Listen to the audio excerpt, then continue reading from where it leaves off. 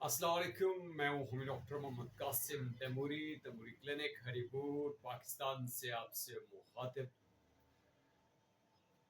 मुझे male infertility के cases को डील करते हुए तकरीबन आप अंदाज़ा लगाएं तो होम्योपैथिक प्रैक्टिस को तो मेरे 27 साल हो चुके हैं, लेकिन मेल इनफर्टिलिटी के केसेस को डील करते हुए जो मेरे कम अज़ कम इस वक्त 8 से 10 साल होने वाले हैं, जो रूटीन से मैं डेली बेस पे केसेस देखता हूँ।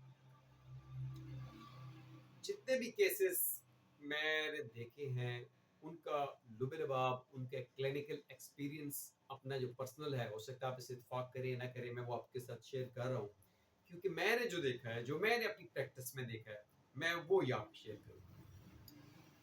मैंने अक्सर जितने मेल इनफर्टिलिटी के केसेस देखे, एज़ोस्पर्मिया के देखे, ऑब्स्ट्रक्टिव एज़ोस्पर्मिया के देखे, एपिडिडमाइटिस के देखे, प्रोस्टेटाइटिस के देखे, सेक्सुअल ट्रांसमिटेड इन्फेक्शंस के देखे, यूरिन ट्रैक इन्फेक्शंस के देखे, ठीक है, टेस्टिस की इन्फेक्शंस के देखे, मोटाइल काउंट कम है, वॉल्यूम कम है, मॉर्फोलॉजी के इश्यूज हैं, हाइड्रोसिल है, वेरिकोसिल है, ठीक है। ये तमाम जो फर्टिलिटी प्रोफाइल को मुतासर करने वाले डिसऑर्डर्स है, इनका ताना बाना लिंक जाके कभी कभी पास मेडिकल हिस्ट्री में अगर ट्यूबरकुलोसिस हुई है, पेशेंट को टीबी हुई है, या फैमिली के क्लोज जो उसके जैसे उससे बाबा है, वालदा है, बहन है, या उसकी वाइफ है, उसका एक्सपोजर रहा है ट्यूबरकुलोसिस के पेशेंट्स के साथ, तो देखने में आया है कि उनकी फर्टिलिटी प्रोफाइल इफेक्ट की है। उनको मैंने देखा है कि जब मुझे पता लगा कि उनकी फैमिली में टीबी है किसी को, तो अक्सर पेशेंट्स में हमने वेरिकोसिल देखी है, हाइड्रोसिल देखी है, लंफ नोड्स की स्वेलिंग देखी है, रिकरेंट जो गले की इन्फेक्शंस हैं, टॉन्सिलाइटिस देखा है। इसके साथ साथ आप देखें तो एपिडिडमाइटिस देखा है, प्रोस्टेटाइटिस देखा है, यूरेथ्राइटिस देखा है, यूरिन ट्रैक इन्फेक्शन देखी है, ठीक है। तो इसको ये भी कह सकते हैं कि genito and urine track infections भी जो होती है उसका लिंक जाके ट्यूबरकुलोसिस के साथ मिलता है। तो ये उस वक्त होता है, हर पेशेंट में नहीं, ये उस वक्त होता है जब ट्यूबरकुलोसिस में इन्फेक्शन जो होती है फैल के खून के रास्ते जिनसी अज़ा तक, रिप्रोडक्टिव सिस्टम तक आ जाती है। अगर ये ट्यूबरकुलोसिस मेल में है तो उसके मेल जो जिनसी अज़ा है, रिप्रोडक्टिव सिस्टम है, उसको इफेक्ट कर सकती है, और अगर फीमेल के अंदर है तो उसकी ओवरीज, उसकी यूट्रस को भी इफेक्ट कर सकती है। यानी ट्यूबरकुलोसिस की पास मेडिकल हिस्ट्री जो होती है वो जहां पे मेल इनफर्टिलिटी काज कर सकती है, वो फीमेल इनफर्टिलिटी की काजेज में भी एक काज पस पर्दा हिडन काज हो सकती है। अक्सर लोग जो होते हैं वो ट्रीटमेंट जो होती है वो जो बज़ाहिर बीमारी होती है उसकी कर रहे होते हैं, लेकिन वो क्योर नहीं हो रही होती है। आप भला मल्टीविटामिन दें, भले एंटी इन्फ्लेमेटरी मेडिसिन दें, भले आप उसकी टोटलिटी पे मेडिसिन दें, लेकिन आपसे वो बीमारी, वो मियाज़मेटिक डिजीज, वो जो उसकी रुकावट है, छुपी हुई है, हाइड है, पेशेंट ने आपके साथ शेयर नहीं की है, ठीक है। समटाइम पेशेंट इस चीज को गैर जरूरी समझते हैं। जो सिम्टम, जो बीमारी पेशेंट समझ रहा होता है जी ये गैर जरूरी है, डॉक्टर को बताने की जरूरत ही नहीं है, वो हमारे लिए बड़ी बाज दफा जरूरी होती है। और सम टाइम पहले दूसरे तीसरे फॉलो अप पे जाके पेशेंट बताते हैं डॉक्टर साहब मुझे ना पहले बचपन में या जब मैं जवान था तो मुझे टीबी एक दफा हुई थी, मैंने ट्रीटमेंट लिया था, ठीक हो गया था। ऐसे पेशेंट्स अपनी बातें बताते हैं। तो जब भी आप देखें कि पेशेंट की जो बीमारी है वो आपकी ट्रीटमेंट देने के बावजूद, अच्छी से अच्छी दवा देने के बावजूद वो क्योर नहीं हो रही है, उसके अंदर रिजल्ट्स नहीं आ रहे हैं, ठीक है, तो उसमें आप फर्दर मोर जो है ट्यूबरकुलोसिस का पीसीआर भी करवा लें, ठीक है। उसके साथ अगर आपके पास सिर्फ सीमेन रिपोर्ट है तो उसकी डायग्नोसिस आपने बनाने के लिए पहली बात तो ये है कि अगर आपके पास सीमेन रिपोर्ट है, उसके बाद आपने उसका कल्चर करवाना है, उसके बाद आपने उसका सेक्रोटल अल्ट्रासाउंड करवाना है, उसके बाद प्रोस्टेट की आपने वो भी रिपोर्ट में मेंशन है प्रोस्टेट की क्या कंडीशन है, एसटीआई स्क्रीनिंग, ठीक है, सेक्सुअल ट्रांसमिटेड इन्फेक्शंस की स्क्रीनिंग आपने करवानी है, यूटीआई के लिए आपने उसका यूरिन का पेशाब और कल्चर भी आपने करवाना होता है। तो ये सारी प्रोफाइल जब आपके सामने आती है तो ये चीज़ें छुपी हुई हमारे पास सामने आ जाती है। तो टीबी में अब इसमें देखें तो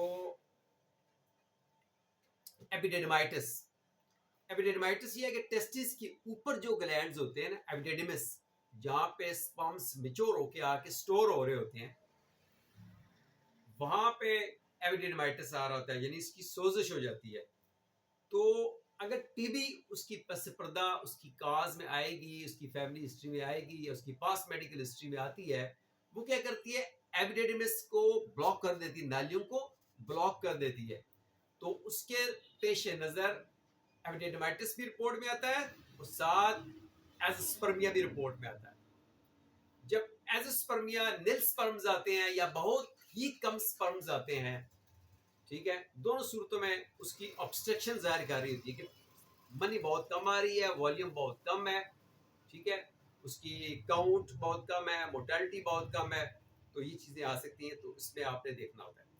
अब एपिडेडमाइटिस में अगर वो छोटी छोटी नालियाँ जो हैं जहाँ से आगे वैज डिफरेंस आगे जाके निकलती हैं, ये अगर ब्लॉक हो जाती है तो ऑब्स्ट्रक्टिव एज़ोस्पर्मिया आपके पास आ सकता है। अब ऑब्स्ट्रक्टिव एज़ोस्पर्मिया में पेशेंट की हिस्ट्री क्या निकलती है कि उसको कभी टीबी हुई थी, उसके वालदा को, बहन को, भाई को, उसकी बीवी को, किसी को टीबी हुई थी, तो उसका एक्सपोजर टीबी के साथ रहा है, तो उसकी वजह से, ठीक है ना, उसने वो चीज़ इन्फेक्शन जो है उसको मिली और उससे इन्फेक्शन जो है उसके फिर फैल के तो आपके यूरिन ट्रैक में आ गई, आपके जेनिटल ट्रैक में आ गई। अब एपिडेडिमस के बाद टेस्टिस आ जाते हैं, inflammation, pain, reduce sperm production. जैसे मैंने कहा कि टेस्टिस के अंदर अगर वो ट्यूबरकुलोसिस खून के जरिए आती है, ब्लड सर्कुलेशन के जरिए आती है, जैसे कैंसर फैल जाता है ऐसे टीबी भी फैल के तो बॉडी के डिफरेंट ऑर्गन्स को, रिप्रोडक्टिव ऑर्गन्स को डैमेज करती है, जैसे मेल के अंदर वैसे ही फीमेल के अंदर। तो टेस्टिस के अंदर इन्फ्लेमेशन हो सकती है, प्रोस्टेट के अंदर इन्फ्लेमेशन हो सकती है, सेमिनल वेसिकल्स के अंदर इन्फेक्शन हो सकती है, वास डिफरेंस के ऊपर जो है ना, वास डिफरेंस के अंदर इन्फेक्शन हो सकती है और ऑब्स्ट्रक्शन भी हो सकती है। अब वास डिफरेंस में ऑब्स्ट्रक्शन जब आएगी तो उसमें भी नेल स्पर्म आ सकता है, ठीक है। अब इसमें क्या होता है, टीबी क्या चेंजेस लाती है, ट्यूबरकुलर हिस्ट्री क्या चेंजेस लाती है कि स्पर्म काउंट जो होता है वो लो हो जाता है। अब स्पर्म काउंट लो होगा तो उसको कहते हैं ओलिगोस्पर्मिया। सेकंड पे नो स्पर्म, जीरो स्पर्म, नील स्पर्म, एज़ोस्पर्मिया आ जाता है। और एज़ोस्पर्मिया में कौन सा एज़ोस्पर्मिया, ऑब्स्ट्रक्टिव एज़ोस्पर्मिया होता है। अब ऑब्स्ट्रक्टिव एज़ोस्पर्मिया में जब आएगा तो आप जब उसके एफएसएच, एलएच आप करवाएंगे तो वहां पे हार्मोन्स जो होते हैं आपको ठीक मिलेंगे, ठीक है, या हाइपर मिलेंगे। हाइपर मिलते हैं तो मतलब ये होता है कि टेस्टिस नीचे उनको सिग्नल मिल रहा है, हार्मोन्स पहुंच रहे हैं लेकिन टेस्टिस ऑपरेट नहीं हो रहे हैं, टेस्टिस फेलियर की तरफ जा रहे हैं, तो ऊपर आपको एफएसएच भी हाई नजर आएगा, ठीक है जी। या आपको मिलती है पुअर मोर्टेलिटी, बहुत ही कम मोर्टेलिटी आपको मिलती है, जिसको हम एस्थेनोजोस्पर्मिया कहते हैं। उसके बाद आती है जी एबनॉर्मल मॉर्फोलॉजी। मॉर्फोलॉजी क्या है, स्पर्म्स की शक्ल सूरत, उसका हेड कैसा है, उसका मिड पीस कैसा है, उसकी टेल कैसी है। अगर टेल नहीं है तो वो मूवमेंट नहीं कर सकता, अगर हेड उसका ठीक नहीं है, ठीक है, स्पर्म्स का हेड नहीं है, वो बिल्कुल बुलेट की तरह होता है, उसने जाके एग के अंदर घुसना होता है। अगर आगे से उसका हेड ठीक नहीं है तभी वो प्रेगनेंसी नहीं मतलब है कि कंसीव नहीं कर सकता, और अगर उसका मिड पीस ठीक नहीं है तब भी उसके डिसऑर्डर्स हैं। अगर उसकी टेल खराब है, दो टेल्स हैं, ठीक है, ये एक टेल है या टेल है ही नहीं है, सर आधा नहीं है, धड़ आधा नहीं है, तो इसको कहते हैं पुअर मोर्फोलॉजी। टोटल आपकी जो जो आपके स्पर्म होते हैं इसमें सिर्फ 4% आपके एक्टिव जो टोटल स्पर्म्स होते हैं उस पर से नॉर्मल फॉर्म में होने चाहिए, यानी कि उनका हेड, टेल, मिड पीस, यानी कि शक्ल सूरत जो होती है स्पर्म्स की, मिनिमम मिनिमम 4% नॉर्मल होनी चाहिए। अब 2% मॉर्फोलॉजी है, 3% मॉर्फोलॉजी है, तो प्रेगनेंसी के चांसेस नहीं हो सकते हैं। तो ट्यूबरकुलोसिस जब वो वेरिकोसिल काज करती है, एपिडेडमाइटिस काज करती है, इन्फ्लेमेशन काज करती है, तो फिर जहरी बात है आपका काउंट, आपका वॉल्यूम, आपकी मोर्टेलिटी, आपकी मोर्फोलॉजी, ये पूरी इंटायर जो फर्टिलिटी प्रोफाइल है वो मुतासर हो सकती है। तो कहने का मतलब ये है कि टीबी के ताने बाने मिलते हैं जब आपकी ये चीजें हो, तो आपने हिस्ट्री में उसको ट्रेस आउट करना होता है, पेशेंट से पूछना होता है। अगर पेशेंट नहीं भी बता रहा तो आपने ट्यूबरकुलोसिस के लिए पीएसआर रिकमेंड कर देना है, आपको लगे कि लगता है कि इसको टीबी हो सकती है, ठीक है। तो ये जो होती है ना मेल के जिस्मानी मेल के रिप्रोडक्टिव ऑर्गन्स की टीबी बन जाती है जब ये टीबी खून के अंदर चल के आती है। इसके बाद लो वॉल्यूम। अब लो वॉल्यूम क्या होता है कि इसका लिंक करता है सेमिनल वेसिकल्स के साथ या प्रोस्टेट के इन्फेक्शन के साथ। वॉल्यूम का लो होना, सेमिनल वेसिकल प्रोस्टेटिक फ्लूइड नहीं बना रही या प्रोस्टेट सेमिनल फ्लूइड नहीं बना रहा, जिसकी वजह से पीएचपी नीचे जा सकती है, या अल्कलाइन हो सकती है या एसिडिक हो सकती है। हार्मोनल सिस्टमैटिक इफेक्ट्स क्या होते हैं जी? वेट लॉस हो जाता है, फीवर होता है, पुअर न्यूट्रिशन होती है, स्ट्रेस हार्मोन्स इंक्रीज कर जाता है, कॉर्टिसोल ऊपर चला जाता है, ठीक है, टेस्टोस्टेरोन नीचे चला जाता है, उसके बाद टेस्टिस का साइज छोटा हो जाता है, ठीक है। ये अमूमन वेरिकोसील ग्रेड 3 ग्रेड 2 में पाया जाता है। अब अनट्रीटेड जेनाइटल टीबी जो होती है, ठीक है, ये ऑब्स्ट्रक्शन काज करती है, जिसको हम आगे देखते हैं, ऑब्स्ट्रक्टिव अज़ोस्पर्मिया जो होता है वो काज करता है। अब इसके लिए जो डायग्नोसिस होती है, मैंने आपको कहा कि डायग्नोसिस के लिए प्रॉपर टेस्ट, ठीक है, और इसके बाद जैसे सीमेन टेस्ट हो गया, आपका सीमेन कल्चर हो गया, टीबी पीसीआर हो गया, अल्ट्रासाउंड सेक्रोटल हो गया, उसके बाद hormonal test FSH LH prolactin हो गया, उसके बाद सेक्रोटल प्रोस्टेट एग्जाम हो गया, ठीक है। ये टेस्ट जो होते हैं, सीबीसी हो गया, ये सब चीजें, और उसकी detail history, past medical history, family medical history, professional history, सब मैटर करती है,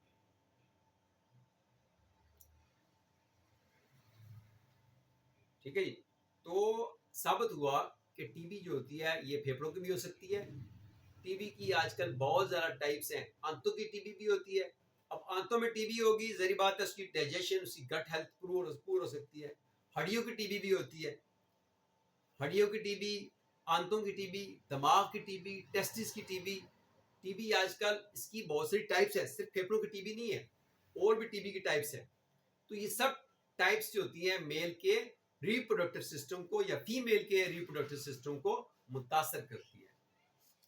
अब जब इसकी ट्रीटमेंट की जाती है तो फिर इसके साथ एंटी मैज़मेटिक मेडिसिन जो ट्यूबरकुलर मियाज्म में आती हैं, और ऐसी मेडिसिन जो बैक्टीरियल इन्फेक्शन के खिलाफ फाइट करने की सलाहियत रखती हैं, जो ऐसी मेडिसिन जो आपके इम्यून सिस्टम को स्ट्रॉन्ग करती हैं, वो रिकमेंड करते हैं, और एंटी इन्फ्लेमेटरी मेडिसिन का साथ इस्तेमाल किया जाता है। तो आज का ये हमारा वीडियो ट्यूबरकुलोसिस के इफेक्ट्स के ऊपर था, कि कैसे और क्यों और कैसे जो है टीबी जो है आपके रिप्रोडक्टिव ऑर्गन्स को, आपके टेस्टिकल्स को, टेस्टिकल के साथ एपिडेडिमिस को, वास डिफरेंस को, सेमिनल वेसिकल्स को, प्रोस्टेट को, ठीक है, और टेस्टिस की थैली को, हाइड्रोसिल भी सम टाइम होती है, ठीक है। बॉडी में गिल्टियां, लिम्फोमा, वो भी काज करता है, गर्दन में गिल्टियां आती हैं, ठीक है जी, और फेफड़ों में पानी पड़ जाना, टेस्टिस के अंदर पानी पड़ जाना, हाइड्रोसिल जिसको कहते हैं। तो इन सब चीजों का लिंक समटाइम जाके लगता है ट्यूबरकुलोसिस के साथ। तो इस चीज को आपने हमेशा जो है अपने माइंड में रखना है, उसके मुताबिक आपने उसकी डायग्नोसिस बना दी होती है। तो जब काज सामने आ जाती है, जब आप उसकी रूट काज, उस मर्ज की जड़ तक पहुंच जाते हैं, उसको एलिमिनेट कर देते हैं, तो फिर आपकी मेडिसिन भी आप असर करती है। अगर काज स्टिल मौजूद है तो सर्जरी भी बेकार हो जाती है। अगर काज स्टिल वहां पे एग्जिस्ट करती है तो कोई भी bacterial antibacterial medicine, antibiotics, homeopathic medicine भी जो होती है वो कारगर साबित नहीं होती है जब तक काज वहां पे।